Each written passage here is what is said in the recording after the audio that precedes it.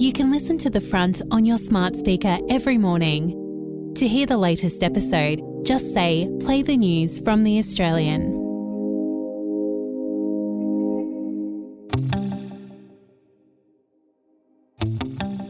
From The Australian, here's what's on the front. I'm Claire Harvey. It's Friday, August 9. Medical experts are calling for Australia to overhaul its plastics regulations. New research indicates there are chemicals in some plastics which are linked with the development of autism. That's a big health story with implications for all of us. Breaking now on theaustralian.com.au. Disability service providers say they're going broke because of a multi-billion-dollar accounting problem with the National Disability Insurance Scheme. They say the NDIS is underpaying the providers who look after Australia's most needy people. There's a new player in American politics. The former high school football coach Kamala Harris is picked as her new vice president. He's a straight-talking Midwesterner and the gun lobby hates him. Today, we meet Tim Walz. A social studies teacher, a high school football coach, and once he became a prominent Democrat politician, Tim Walz was a huntin, fishin, gun rights advocate. I'm Tim Walz. You know, growing up hunting taught me a lot about responsibility and respect, lessons I hope to pass on to my kids. I'm proud to stand with the NRA to protect the rights of sportsmen and gun owners. Until this. Oh my God, oh my God, oh my God, they're still shooting. They're still shooting. Antelope Bay Security Dispatch, we have an active shooter in room 32135. 32135. Sustained automatic gunfire at the concert. 59 now dead, more than 500 injured. The most deadly massacre of civilians by a lone shooter in the United States' sorry history of gun violence. The 2017 Mandalay Bay Massacre in Las Vegas. It turned Tim Walz away from guns. The time for hiding behind thoughts and prayers is long gone. What we need is action, and we need it now. So here's what's going to happen. Here's what's going to happen. We've got gun safety bill on the table, and we're going to get it passed. And I'm going to sign it. He donated all the money he'd ever received from the NRA, the most powerful lobbying organisation in the States, to charity. After the Parkland High School massacre in 2018, Walz had a confronting conversation with his daughter. Hope woke up like many of you did 5 weeks ago and said, Dad, you're the only person I know who's in elected office. You need to stop what's happening with this. I'll take my kick in the butt for the NRA. I spent 25 years in the Army and I hunt. As governor of Minnesota, he dramatically tightened gun restrictions. And now he's Kamala Harris's running mate. And now, welcome the next Vice President of the United States, Tim Walz. There's been lots of speculation that Kamala Harris would choose a straight, white, Midwestern dude to reassure the voters. Well, she did. But Tim Walz is more complex than the cliche might suggest. Some of us in here are old enough to remember. I see you down there. I see those old white guys. Some of us are old enough to remember when it was Republicans who were talking about freedom. It turns out now what they meant was the government should be free to invade your doctor's office. On the keystone issue of abortion rights, something the Democrats are pinning their hopes on this election cycle, Walz is loud and proud. In Minnesota, we respect our neighbors and their personal choices that they make. Even if we wouldn't make the same choice for ourselves, there's a golden rule. Mind your own damn business. Walz is derided by the Republicans as a political weather vane, someone who can't be trusted. The Democrats say over a long career in the federal House of Representatives and in state politics, he's just changed his mind. Walz hits all the progressive notes from the Democrats' dreams in an accent that's meant to tell you he's not part of the East Coast liberal elite. When Vice President and I talk about freedom. We mean the freedom to make your own healthcare decisions.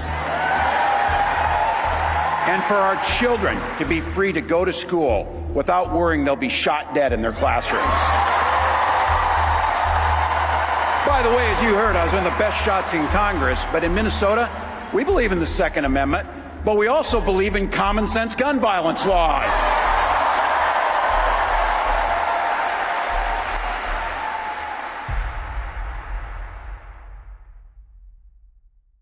It's only been a few days since Walz was named as Harris's running mate, and he's already on the attack. One person firmly in his sights, Donald Trump's running mate, J.D. Vance. Like all regular people I grew up with in the heartland, J.D. studied at Yale, had his career funded by Silicon Valley billionaires, and then wrote a bestseller trashing that community. Come on! The crowd at Walz's debut speech to the Democratic faithful in Pennsylvania loved Walz's shtick. And there was one line in particular that brought the House down. And I got to tell you, I can't wait to debate the guy. That is, if he's willing to get off the couch and show up. So, you see what I did there? If you didn't see what he did there, then this moment needs a bit of explaining. You might need a coffee for this one. Soon after J.D. Vance was nominated as Trump's running mate, someone put out a tweet saying there was a very strange passage in the first edition of Vance's autobiography, Hillbilly Elegy. It said that on pages 179 to 181, Vance wrote about having, well, carnal relations with a couch. Those aren't the words that were used, by the way. You get my drift. Of course, there's nothing like that in Hillbilly Elegy, which was actually a lyrical exploration of poverty and what it's like to be an outsider. This couch stuff is completely made up. It's ridiculous. But the internet being the internet, people ran with it. The fake story was all over social media, Instagram, TikTok, X. Even Fox News referenced it. It seems like the Republicans are getting a big J.D. Vance, should I say couch-sized wake-up call. Did he or didn't he? It got so weird that the Associated Press released a story with the headline, "No, J.D. Vance did not have sex with a couch." But the horse was out of the gate. And the fact Walz invoked it crystallises something Walz brings to the Harris campaign. He's a little bit daggy dad, a little bit vicious political street fighter. He's rolling out a line the Democrats have been working hard since Kamala Harris stepped up as candidate. Just an observation of mine that I made. I just have to say it. You know it, you feel it. These guys are creepy and yes, just weird as hell. J.D. Vance hasn't dignified the couch thing. Why would you? But he has returned fire. And it's Walz's military history he's coming after. Coming up next, things get even more personal. And if you're interested in the US election, make sure you subscribe to The Australian. You'll never miss a moment with all the latest news and analysis. We're at theaustralian.com.au and we'll be back after this break.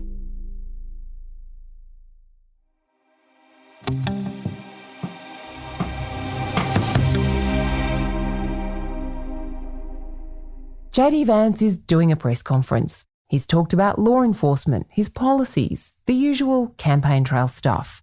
But the press aren't so interested in that. Last night, Governor Walz suggested that because of your Ivy League education and your Silicon backing your political career, that you yourself are part of the elite. A reporter asks Vance to respond to Walz's digs about his Yale education and Silicon Valley patronage. The very elites Vance is so vocal about taking down. Well, look, I came from a family where nobody in my family had ever gone to law school. I grew up in a poor family. The fact that Tim Walz wants to turn it into a bad thing, that I actually worked myself through college and made something myself, to me, that's the American dream. J.D. Vance is good at this. He didn't actually address the accusation he's morphed into part of the elite. But before anyone can follow up, he's on the attack. When Tim Walz was asked by his country to go to Iraq, you know what he did? He dropped out of the army and allowed his unit to go without him. What bothers me about Tim Walz is the stolen valor garbage. Do not pretend to be something that you're not. And if he wants to criticize me for getting an Ivy League education, I'm proud of the fact that my mamaw supported me, that I was able to make something of myself. I'd be ashamed if I was him and I lied about my military service like he did. Walz spent 24 years with the Army National Guard. That's the part of the US Armed Forces made up of civilian soldiers. Over that time, he responded to natural disasters and deployed to Europe in support of operations in Afghanistan. Eventually, he rose to the position of Command Sergeant Major. Then, in 2005, Walz retired so he could run for Congress. This was 2 months before his unit received orders to deploy to Iraq. The stolen valor line of attack is compelling, but it might backfire. J.D. Vance went to Iraq, but he wrote in Hillbilly Elegy he never saw combat. Instead, he worked as a military journalist for the Marines. Famously, Donald Trump received a medical exemption from the military for bone spurs in his heel during the Vietnam War. That diagnosis has previously come under serious scrutiny.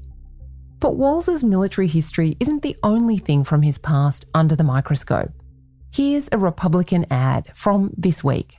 What could be weirder than signing a bill into law that requires schools to stock tampons in boys' bathrooms? Or weirder than signing legislation allowing minors to receive sex change operations? Try electing the man who signed those bills, Vice President of the United States. Enter Chief Weirdo Tim Walz. As governor of Minnesota... Ooh, the tampons. Go with me. Last year, Walz signed a bill requiring Minnesota schools to supply menstrual products to students. So far, so unremarkable. But some Minnesota Republicans took exception to the wording of the legislation, which said sanitary products should be available to all menstruating students in restrooms regularly used by students. The Republicans said, shouldn't this be about female students and the girls' bathrooms? Maybe the gender-neutral bathrooms too? Why would you implicitly include boys' bathrooms? An amendment was drafted, but the original wording remained. Now the Republicans are calling Walz Tampon Tim. Gender identity is a hot political issue in the US, and the Republicans sniff a weakness. So, will Tim Walz be the next Vice President of the United States of America? If there's something the past decade of global politics has taught us, it's that you can't fully trust the polls. But it doesn't hurt to have a little peek every now and then.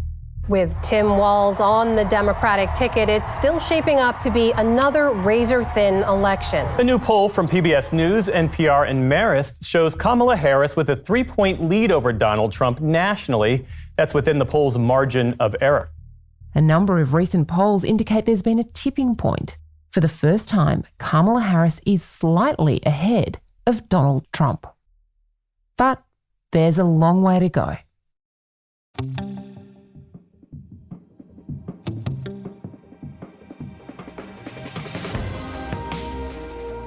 The US election is on November 5, but the next big set piece is the Democratic National Convention, kicking off on August 19. We'll have a team at the DNC bringing you all the news 24/7 at theaustralian.com.au. Thanks for joining us on The Front. Our team is Leah Tanaglu, Stephanie Coombs, Kristen Amiot, Jasper Leake, Tiffany Dimmack, Joshua Burton and me, Claire Harvey.